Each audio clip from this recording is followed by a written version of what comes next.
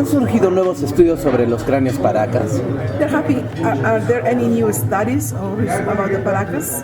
Yes, we've now, through medical analysis and through DNA analysis, been able to figure out that the paracas of the coast of Peru were originally a subspecies of human being. They were Homo sapiens paracas, and they started to breed with normal humans, and that's when they started to do the cranial deformation.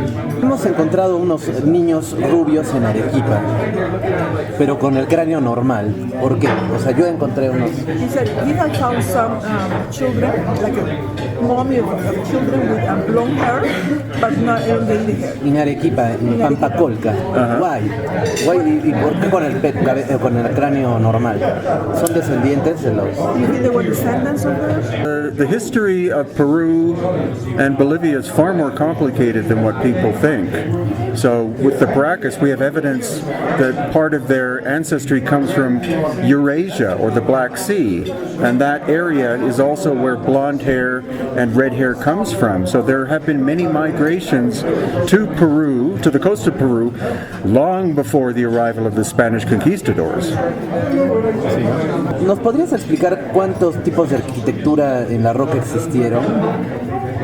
Porque vemos que hay bloques de una sola pieza y también hay como de rompecabezas. ¿Son diferentes? Can you explain that? When we go to the ancient site, we saw three different kinds of rocks. Some that are just one block, and some that are interlocked. We are different? And they're small. Or are the same? Are they different? Same civilization. It's hard to know, but it's quite possible you had different civilizations. You had a first civilization that carved into the bedrock, like thousands of places, thousands of pieces, and then you had a very sophisticated culture that was capable of interlocking stone without the use of mortar or cement. Or it is possible that it was the same civilization, but I'm tending to believe two different civilizations, and then the Inca came after that and added their components to the structures.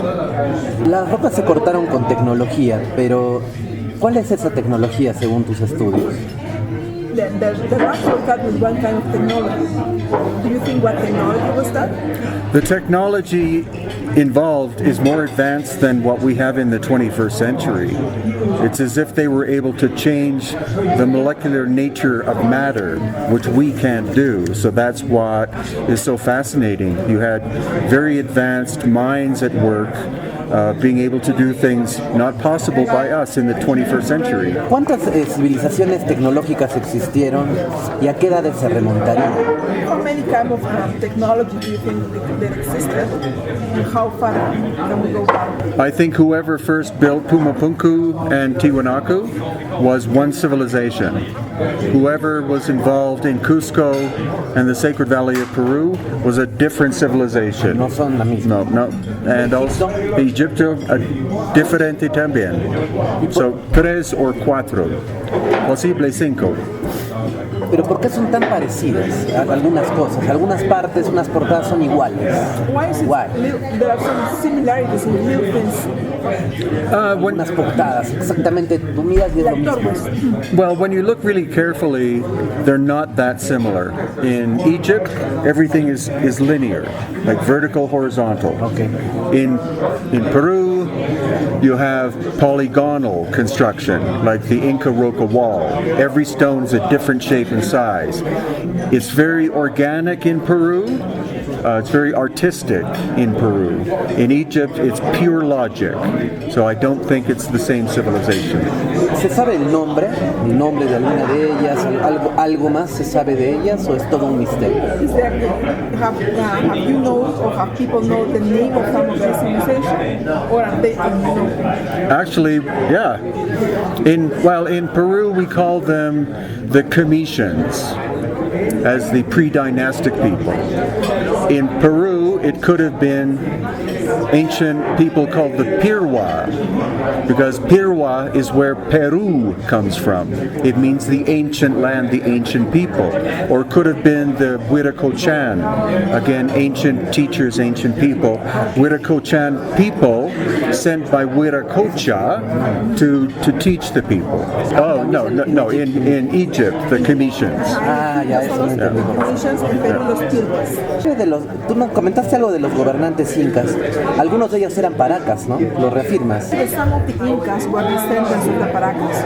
I believe that some of Inca ancestry comes from the Paracas, because about 100 AD, the Paracas disappear. You have the rise of the Nazca culture, the disappearance of the Paracas. So I think some of the Paracas escaped from being attacked by the Nazca, and they went up into the highlands to Cusco, and that's where the red hair of the Inca, because some of the Inca had red hair, red hair, may have come from the Paracas. Also, there are accounts that the royal Inca did cranial deformation. Entonces, ¿los incas sabían algo sobre el origen de los megalitos que encontraron? ¿O les llegó el rumor de esa humanidad? Do you think the Incas knew about the megalith? Oh yeah, I think when the Inca arrived in Cusco, ¿Ya sabía dónde ir? 1,000 years ago, they saw the Coricancha, they saw Sacsayhuaman, they saw Ollantaytambo, they saw the megalithic nature. That's why they built there too, because they were... Machu Picchu también. They were in awe of the megalithic work, so they built around everything out of respect. Después del cataclismo, ¿qué pasó con los sobrevivientes de estas superculturas? After the cataclysm, what do you think happened with the survivors? What do you think happened? I think they all died. All died. ¿Es posible que vengamos de las estrellas? Se habla de una manipulación extraterrestre. I think it's very possible, yes. Almost every culture talks about ancestors coming from the stars, from the Pleiades, from Orion, from Sirius, and I think we could be a genetically altered species. ¿Nos puedes hablar del fenómeno OVNI? Y de la relación que hay con los megalitos. Well, they have talked about the megaliths have been made by the aliens. UFOs. By the UFOs or the aliens, no? We have seen a lot of activity around here. Do you think there was a relationship, or they were some way connected with us, with the megalith and the aliens? Well, the megalithic works are almost impossible for us to make today. So how an older culture could have made them, I don't know. It was either a very advanced human race that disappeared, or it was aliens. ¿Los paracas tienen algo que ver con los megalitos? ¿Ellos construyeron algo? No. Do you think Paracas have to do with the megalith? Were involved? No. The Paracas lived on the coast of Peru, and they technically they were very primitive people. They were probably very spiritual people, but technically they didn't have good tools at all. Se habla de la edad de estos megalitos que tienen casi 15.000 años aproximadamente, pero ¿cuánto tiempo les tomó hacer Pumapunku, Machu Picchu? It's impossible to say because we don't know what technology they had. It looks like it was very easy for them to do, but if we don't know the technology, then we don't know how fast it could be done. And I believe all of these structures, Pumapunku, Tiahuanaco, Sacsayhuaman, Ollantaytambo, Machu Picchu, are at least 12,000 years old. Okay. ¿Nos podrías dejar algún mensaje para los televidentes que te están viendo ahora? ¿Algo nuevo que quieras compartir con nosotros? Yes, it's an honor for me to be interviewed by Rafael, a great Peruvian investigator. I'm very proud to live in Peru. I will never live anywhere else. My heart is in Peru, and I love studying the pre-Columbian cultures, especially the Paracas and the Inca. That's glossy flat. And then here, I'll pull this back out again. See, it's almost pointing at the false door.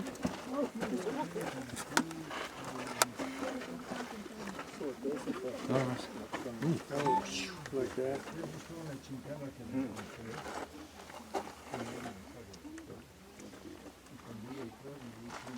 And then this is where it matches the natural magnetic field.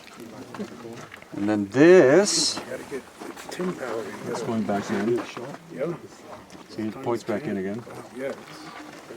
Then the key is that this H block was never finished. So at least two types of technology were involved. And you can tell that because, see, this is a very sharp corner. You know, that's like, there's no one here to whatnot. Just feel the surface. It's perfectly flat. And then very sharp corner.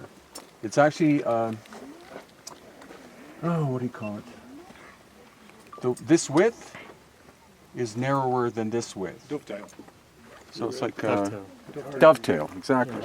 But then this one, the corner's rounded here and there. So one kind of machine came and did the roughing out, almost like sandblasting. Here too, this curve, it's a curve like that. But the bottom one is sharp. So one machine came and did this, and then the next machine came in and did the refining work. And again, you see that they're different shapes and sizes. But yeah, these are the most, you know, just feel the surface. Polished, yeah. What you're going to see are 4 layers of the red sandstone. Then the top layer is the andesite. So if the andesite is magnetic, it means what this structure did is it produced a magnetic field. That's why the andesite's on top. The sandstone acts as the insulator. So that's what we're going to do. So please.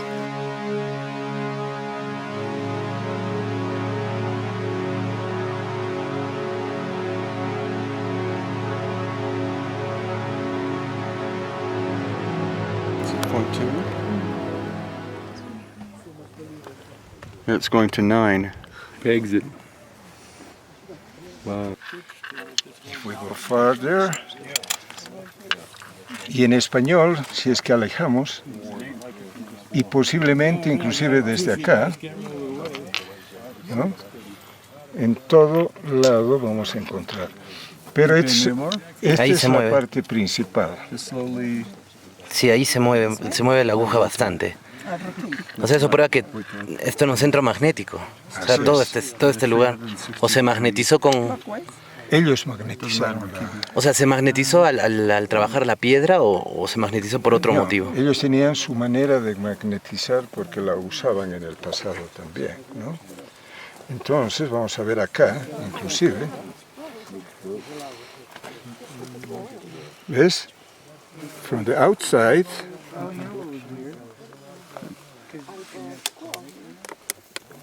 O sea, toda la piedra es un imán, prácticamente. Y no solamente estas, sino que en Tiahuanaco casi todas son iguales, que tienen magnetismo, ¿no? Así que estamos demostrando su tecnología, la manera que tenían de trabajar en el pasado.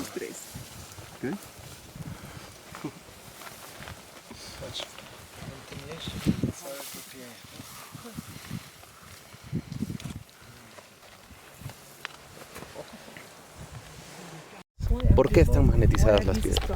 Well, the stone contains magnetite. La piedra contiene magnetita. Yeah, and also probably iron. Probablemente hierro. What we know is the stone comes from that distant mountain over there. The farthest mountain you can see. So 45 miles, 70 kilometers away. The finish is, of course, it's ancient, but it's almost perfect finishing. Las piedras vienen de la cantera, que tiene 400 mil, la distancia. 70 kilómetros desde acá. Y tiene, what else, mi amor? What else? Well, we don't know why it's acting like that, because no sabemos aún por qué tienen este tipo de actividad. If it was just normal magnetite in the stone, it would all line up the same way. Claro, si el magnetismo hubiese sido tal cual, todo sería alineado de una misma forma.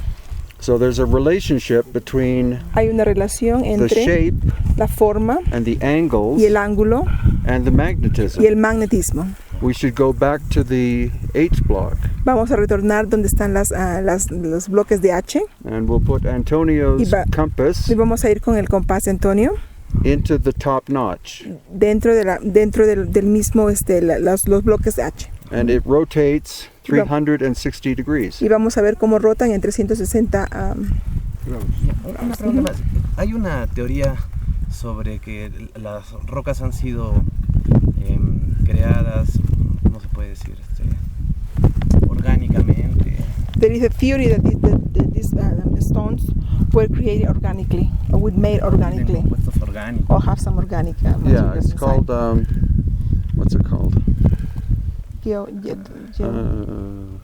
He said bio. They had the word bio in March it. this year. Yeah. Oh, geopolymer. Geopolymer. Ah, sí. Okay. ¿Nos puedes hablar un poquito de eso? No. I don't think so. He doesn't believe in that. No cree en eso, no está de I asked acuerdo. a geologist Él preguntó a un geólogo who has been here many times, que ha estado aquí muchas veces. and she said there's a lot of lichen. Dice que hay mucho material, Lichen. ese material On the lichen surface. en la parte externa, en la superior. The lichen has roots that go into the stone. El lichen tiene como unas raíces que van dentro de la piedra. Then the lichen can die Y el lichen tiende a morir, o sea, and no then es, disappear. y desaparece. But the roots are inside the stone. Pero las raíces están dentro de la piedra, ¿no? Then you grind it up, and the lichen is the organic material. Ajá, el orgánico es el lichen. O sea, no es la piedra en sí, sino es el lichen. So it's not quite as wild as he thought. No, So the lichen es esa materia, it's a plant. es a plant. Claro, el lichen es esa planta, y esa planta al incrustarse aquí dentro deja eso, entonces piensan que es algo orgánico, pero no, es algo que ha sucedido recientemente. So the point is that whenever someone comes up with a wild idea like that, the first thing to do is to find the simplest answer, and that Claro. is the simple answer. Para una pregunta que viene así salvajemente de la nada, la respuesta es muy simple, ¿no? Y la respuesta simple es esa que te ha dado, ¿no?